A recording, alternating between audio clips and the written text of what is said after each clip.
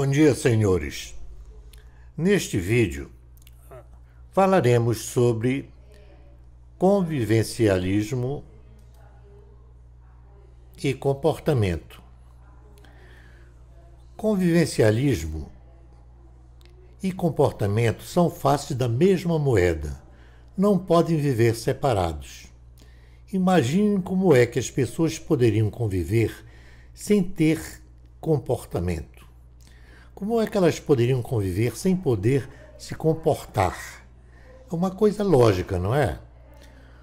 Como eu posso conviver e me comportar sem ter uma ideologia? O que é que tem a ver uma coisa com a outra? Para que eu possa me comportar, eu tenho que ter uma ideologia. Como é que eu vou me comportar sem ter uma ideologia? Como é que eu posso conviver sem ter uma ideologia?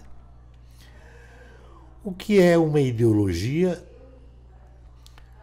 Uma ideologia não seria um modo como eu devo me comportar, como eu devo conviver?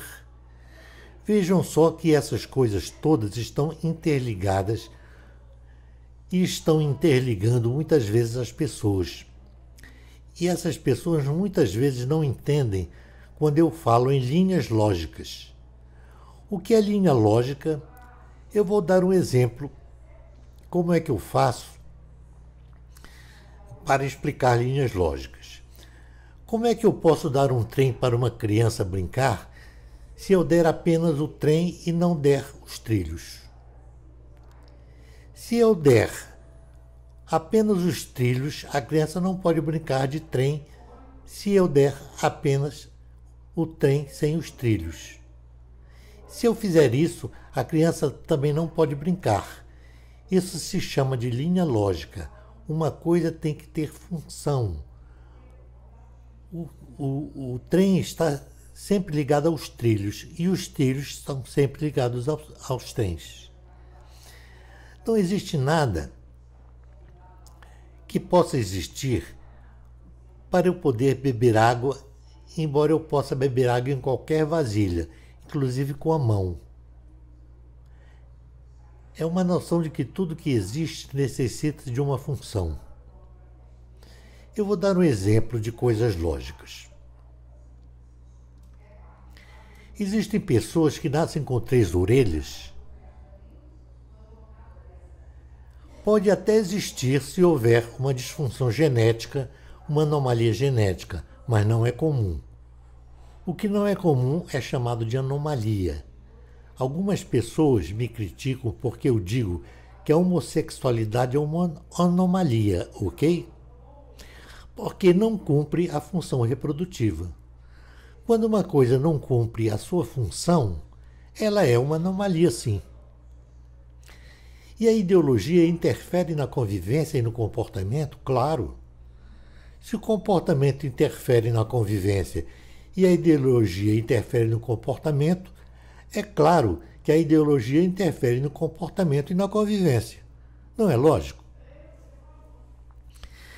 E as palavras interferem na convivência e no comportamento? É claro. É claro que as palavras servem para várias coisas.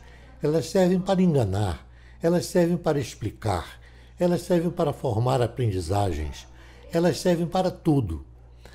Elas servem para uma pessoa se comunicar com outra na convivência.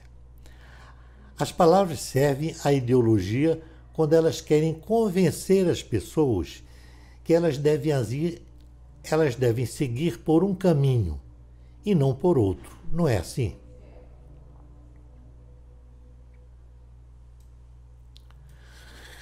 A natureza humana e a convivência. Vejam só. Em outro vídeo eu comparei a natureza humana com um sanduíche. A parte de cima do pão seria o poder, a parte de baixo seria o dinheiro e a parte do meio seria o recheio do sanduíche.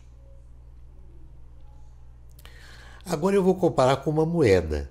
Uma face da moeda é a cara, a outra face é a coroa e a borda da moeda é o recheio.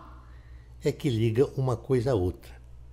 A cara é o poder, a coroa é o dinheiro e a borda são os interesses que unem a face de cima da cara com com a face debaixo da coroa, entenderam? O comportamento humano é tão diversificado na convivência que nós podemos ter vários tipos de pessoas se comportando.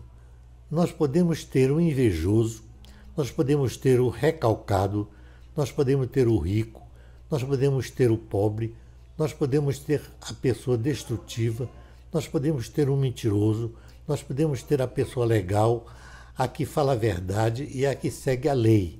Mas podemos também ter o criminoso. Nós podemos ter o heterossexual ou o homossexual. Nós podemos ter todos os tipos de pessoa. Nós podemos ter os líderes que levam à guerra. Nós podemos ter os líderes religiosos. São muitas as características do comportamento na convivência. Como é do meu hábito fazer vídeos curtos, no próximo vídeo nós daremos continuidade falando sobre o tema: a natureza humana e a convivência. Muito obrigado.